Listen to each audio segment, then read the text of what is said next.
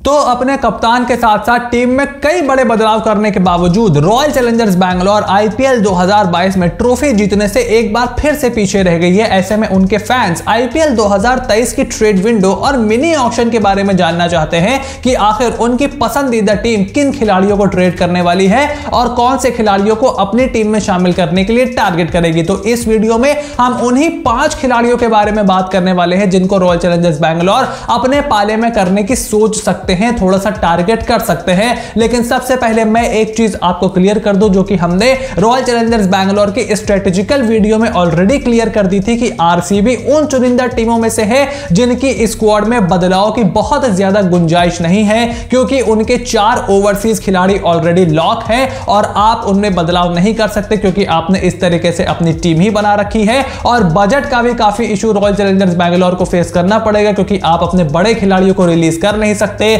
महंगे खिलाड़ियों को आप रिलीज कर नहीं सकते। ऐसे में जिन खिलाड़ियों को भी वो टारगेट करेंगे बहुत ही सोच समझकर और बहुत ही स्ट्रेटेजिकल प्लानिंग के साथ उन्हें टारगेट करना पड़ेगा। So without further delay now let's begin with player number 1। Number 1 player जिसे रॉयल चैलेंजर्स बैंगलोर अपनी टीम में शामिल करने की जरूर कोशिश करेगी इस सनराइजर्स हैदराबाद बैट्समैन अब्दुल समद। अब अब्दुल समद की जगह मैं रियान पराग का भी नाम डालने की सोच रहा था क्योंकि मेगा ऑक्शन में रियान पराग में काफी इंटरेस्टेड दिखी थी आरसीबी, लेकिन अभी वो राजस्थान रॉयल्स में फिनिशर की भूमिका निभा रहे हैं और आरआर को कम परफॉर्मेंस के बावजूद रियान पराग की एबिलिटी पर बहुत ज्यादा कॉन्फिडेंस है। वहीं अब्दुल समद का केस पराग से बिल्कुल उल्टा है। 2 मैचों के बाद उन्हें बेंच पर बिठा दिया गया और रिटेन्ड प्लेयर होने के बावजूद अब्दुल समद की तरफ एसआरएच ने दोबारा नहीं देखा। एक के बाद एक उनको हार मिल रही थी लेकिन वो उस गली दोबारा नहीं गए। ऐसे में अब्दुल समद खुद सनराइजर्स हैदराबाद से निकलने की वकालत यहां पर कर सकते हैं। और नंबर 5 पर रॉयल चैलेंजर्स बैंगलोर को चाहिए एक ऐसा बल्लेबाज जो कि पेस को तो अच्छी हिट मारता ही मारता हो, साथ ही में स्पिन पर भी थोड़ा अटैक कर पाए क्योंकि सेकंड पुअरेस्ट स्ट्राइक रेट है उनका स्पिनर्स पर पंजाब किंग्स के बाद इन दी आईपीएल 2022। और Virat Kohli, Faf du Plessis, Glenn Maxwell और रजत पाटीदार के रूप में 4 उनके स्लॉट पहले से ही बुक है। तो नंबर 5 पर वो सूर्यश प्रभुदेसाई, कभी महिपाल लोमनोर कई प्लेयरों के पास गए लेकिन उनकी दाल वहां पर नहीं गली। ऐसे में अब्दुल समद अगर नंबर 5 पर आते हैं तो उस स्लॉट में वो अच्छे से ग्रूम भी हो सकते हैं और एक बार जब दिनेश कार्तिक जैसा खिलाड़ी आरसीबी से बाहर निकलेगा 1-2 साल के बाद तो वहां पर अब्दुल समद एक प्रॉपर फिनिशिंग का रोल भी निभा सकते हैं। ऐसे में Abdul Samad is the guy who can be in RCB. Second player जिसे रॉयल चैलेंजर्स बैंगलोर अपने पाले में करने का सपना जरूर देख रही होगी इस कोलकाता नाइट राइडर्स वेंकटेश अय्यर। अब वेंकटेश अय्यर ना सिर्फ एक लेफ्ट हैंडेड स्पिन हिटर का विकल्प देते हैं, एक प्रोबेबल फिनिशिंग का ऑप्शन भी देते हैं। टीम इंडिया के लिए वो ऑलरेडी मिडिल ऑर्डर में बैटिंग कर रहे हैं तो वहां पर उनकी ये समस्या भी सॉल्व हो जाती है। और चौथे फास्ट बॉलर का विकल्प भी वो आरसीबी को देते हैं क्योंकि हर्षल पटेल को वो शुरुआत से इस्तेमाल करते रहेंगे, उनको इस्तेमाल करते हैं डेथ में। मोहम्मद सिराज और हेजलवुड पर ही पावर प्ले की जिम्मेदारी होती है और फिर उसके बाद उन्हें मैक्सवेल से कुछ ओवर मजबूरन करवाना पड़ता है क्योंकि सिर्फ 3 ही पेसर उनके पास हैं। ऐसे में वेंकटेश अय्यर का एक आधा ओवर अगर उनको बीच में मिलता है तो वो भी बहुत ज्यादा सिक्योर महसूस करेंगे। और लेफ्ट हैंड बैट्समैन जो कि उनके टॉप 5 में नहीं है वहां पर भी वेंकटेश अय्यर उनके लिए वो काम कर सकते हैं। लेकिन क्या कोलकाता नाइट राइडर्स वेंकटेश अय्यर को छोड़ेगी? मे बी नॉट, क्योंकि आपको इतनी आसानी से एक फास्ट बॉलिंग ऑलराउंडर मिलता नहीं है और कोलकाता नाइट राइडर्स को भी मेरे हिसाब से वेंकटेश अय्यर को मिडिल ऑर्डर में ही इस्तेमाल करना चाहिए बिकॉज वो स्पिन को बहुत अच्छी खेलते हैं। आप जबरदस्ती उनको ऑलराउंडर बनाने के लिए ओपनिंग करवाने पर तुले हुए हो, आप उनकी गेंदबाजी का भी ज्यादा इस्तेमाल नहीं करते। ऐसे में सपना जरूर आरसीबी देख सकती है, कोशिश जरूर कर सकती है, लेकिन उनके पास पहले तो ऐसा कोई प्लेयर नहीं है जिसे वो केकेआर को दे दे। आल्टिडल एलएस आप मोहम्मद सिराज या जॉश हेजलवुड को केकेआर को दे दो, वो आपको वेंकटेश अय्यर नहीं देने वाले। लेकिन उसके बावजूद वेंकटेश अय्यर वो खिलाड़ी हैं जो कि रॉयल चैलेंजर्स बैंगलोर के निशाने पर हो सकते हैं। वहीं वेंकटेश अय्यर के अलावा ऋषि धवन और शिवम दुबे का भी विकल्प है ट्रेड के लिए। उनके पास ऋषि धवन थोड़े से ज्यादा प्रोबेबिलिटी रखते हैं ट्रेड की क्योंकि उनके और बाकी प्लेयर्स के दाम में बहुत ज्यादा फर्क है।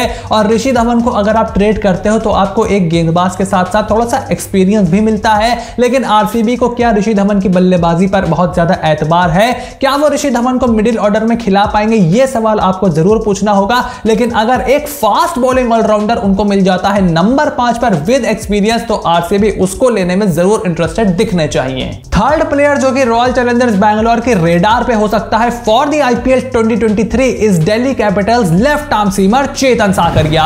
अब चेतन साकरिया के ऊपर मेगा ऑक्शन में भी 1.5 करोड़ तक रॉयल चैलेंजर्स बैंगलोर ने बोली लगाई थी और हम सब ने देखा कि मोहम्मद सिराज की जब फॉर्म लगातार खराब होती चली गई तो उनके पास ऐसा कोई रिलायबल बैकअप नहीं था जो आपको उनकी जगह पर अच्छे 4 ओवर करके दे, एक अच्छा खिलाड़ी जो कि मैच की हर सिचुएशन में बॉलिंग करने की काबिलियत रखता हो। सिद्धार्थ कौल की तरफ वो गए थे लेकिन उनकी दाल वहां पर भी नहीं गली, वापस सिराज के पास गए और सिराज ने खूब रन उठाए क्वालिफायर मुकाबले में। ऐसे में आप सिराज के बैकअप के तौर पर एक अच्छे फास्ट बॉलर को तो चाहते ही चाहते हो, साथ ही में आपकी टीम में कोई लेफ्ट आर्म सीमर नहीं है और आजकल हर टीम एक लेफ्ट आर्म सीमर को जरूर अपनी प्लेइंग 11 में रखना चाहती है। किस तरह से उनकी प्लेइंग 11 में जगह बनेगी वो बात की बात है, वो बात की समस्या है। सबसे पहली समस्या तो यह है कि आपके पास पैसे ही उतने नहीं है कि आप चेतन साकरिया जैसे खिलाड़ी को खरीद पाओ या फिर दिल्ली कैपिटल्स को ट्रेड में ऐसा कोई खिलाड़ी दे पाओ जो कि डीसी के काम आ जाए और आपके काम आ जाए, क्योंकि आपकी और डीसी की दोनों की समस्या एक है कि आपकी जो टीम है उसमें बदलाव की ज्यादा गुंजाइश नहीं है। 4 ओवरसीज उनके भी लॉक हैं लेकिन उनके ओवरसीज आने वाले टाइम के बड़े खिलाड़ी बन सकते हैं और करंटली काफी अच्छी फॉर्म में है। वहीं आपके जो ओवरसीज हैं खास करके कप्तान फाफ डू प्लेसी, उनका स्ट्राइक रेट 125 का था, विराट कोहली का भी स्ट्राइक रेट वैसे ही था, तो पावर प्ले में सबसे कम रन बनाने वालों की लिस्ट में आप दूसरे नंबर पे थे आफ्टर सनराइजर्स हैदराबाद। तो ये भी आपकी एक समस्या है। नंबर 5 उनकी भी समस्या है, नंबर 5 आरसीबी की भी समस्या है। तो दोनों ही समस्याएं जब एक जैसी होती है तो वहां पर ज्यादा ट्रेड हमें होता हुआ दिखाई नहीं देता है। लेकिन चेतन साकरिया वो खिलाड़ी हैं जो कि रॉयल चैलेंजर्स बैंगलोर को एक तगड़ा बैकअप प्रोवाइड कर सकते हैं। साकरिया के अलावा ऐसा कोई लेफ्ट आर्म सीमर अवेलेबल नहीं है या ऐसा कोई भी सीमर अवेलेबल, इतना ज्यादा हाई क्वालिटी सीमर अवेलेबल नहीं है जो कि सिराज को रिप्लेस कर पाए। प्रसन्न कृष्णा ऑलरेडी जा चुके हैं, अब आपके पास शिवम मावी जैसे गेंदबाज का ऑप्शन है, वो तो बिल्कुल भी सिराज की रिप्लेसमेंट नहीं हो सकते। इसके अलावा मुझे कोई खिलाड़ी नहीं दिखता जो चेतन साकरिया की जगह ले पाए या आरसीबी में सिराज का बैकअप बन पाए। ऐसे में साकरिया के सपने आरसीबी जरूर सजाएगी। Fourth player who can join RCB yet again in the IPL 2023 is New Zealand pace bowler Kyle Jamieson। अब काइल जेमिसन को 14-15 करोड़ रुपए में बहुत ज्यादा पैसे लुटाकर आरसीबी ने 2021 में अपनी टीम में शामिल किया था और कुछ मैच के बाद ही उनको समझ में आ गया कि यहां पर मामला गड़बड़ हो गया है और उसके बाद काइल जेमिसन हमें खेलते हुए दिखाई नहीं दिए। आईपीएल 2022 में भी वो किसी टीम का हिस्सा नहीं थे। ऐसे में अब जॉश हेजलवुड का बैकअप आपको देखना है। अभी आपके पास जेसन बेहरेनडॉर्फ हैं, लेफ्ट आर्म सीमर भी वो हैं, लेकिन जॉश हेजलवुड की क्वालिटी उनके पास नहीं है। वहीं ये जो दूसरा खिलाड़ी है ना यानी कि काइल जेमिसन, इसका कद लगातार इंटरनेशनल क्रिकेट में बढ़ता चला जा रहा है और उनका खुद का कद भी बहुत लंबा है। जॉश हेजलवुड की तरह ही ऊंचे कद के खिलाड़ी हैं, एक्स्ट्रा बाउंस उनको मिलता है, एक लेंथ पकड़ करके बॉलिंग करते हैं और आपको थोड़ी बहुत बल्लेबाजी करके भी दे सकते हैं। ऐसे में जब 3-3 महीने की आईपीएल होगी तो हो सकता है इंजरी इश्यूज आ जाए, हो सकता है प्लेयर की अवेलेबिलिटी का इशू हो जाए। ऐसे में काइल जेमिसन जॉश हेजलवुड का एक बेहतरीन विकल्प बन सकते हैं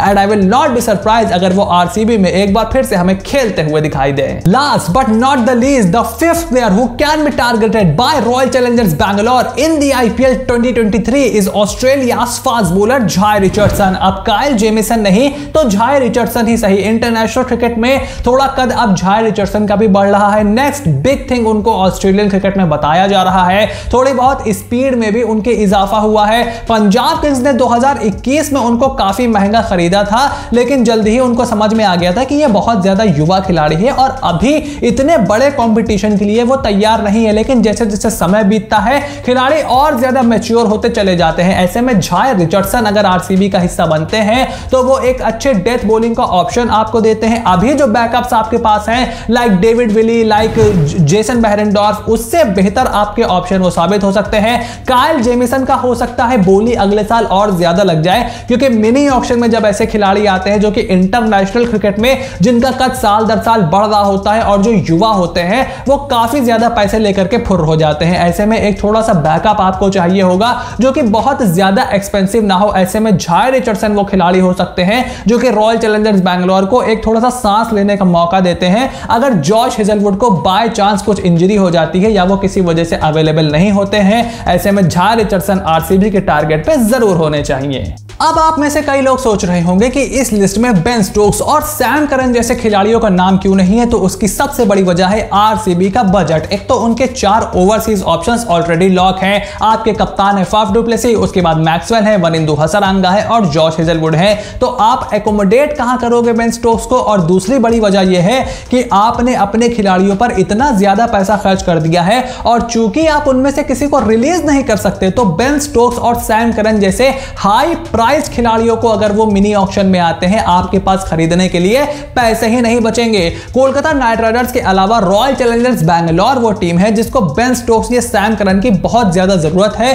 क्योंकि वो उनके साथ ओपन कर सकते हैं। खास करके बेन स्टोक्स जिन्होंने राजस्थान रॉयल्स के लिए कुछ मैचों में ओपन किया था और एक कमाल की सेंचुरी भी लगाई थी, उनकी जोड़ी विराट कोहली के साथ कमाल की बनती। लेफ्ट हैंडर पेस हिटर और एक राइट हैंडर पेस हिटर, उसके अलावा विराट कोहली थोड़ा सा एंकर का रोल निभा सकते थे और बेन स्टोक्स बहुत बढ़िया खेलते हैं स्पिनर्स को भी जब वो सेट हो जाते हैं। सैम करन भी अच्छा दड़ा लगा सकते हैं ऊपर से आकर के और लेफ्ट आर्म सीम ऑप्शन भी आपको मिलता, बहुत समस्याएं आपकी सॉल्व हो जाती। लेकिन फिर फाफ डु प्लेसी का आप क्या करोगे और इन दोनों को खिलाओगे किसकी जगह? क्योंकि मेरा हमेशा से मानना है कि अब डु प्लेसी की जगह आपको विराट कोहली, दिनेश कार्तिक या फिर इवन ग्लेन मैक्सवेल भी चलेंगे, उन्हीं को आप कप्तानी दे दो, लेकिन अपना वो स्लॉट आप फ्री करो, क्योंकि पावर प्ले का आप बिल्कुल भी फायदा नहीं उठा पा रहे हो।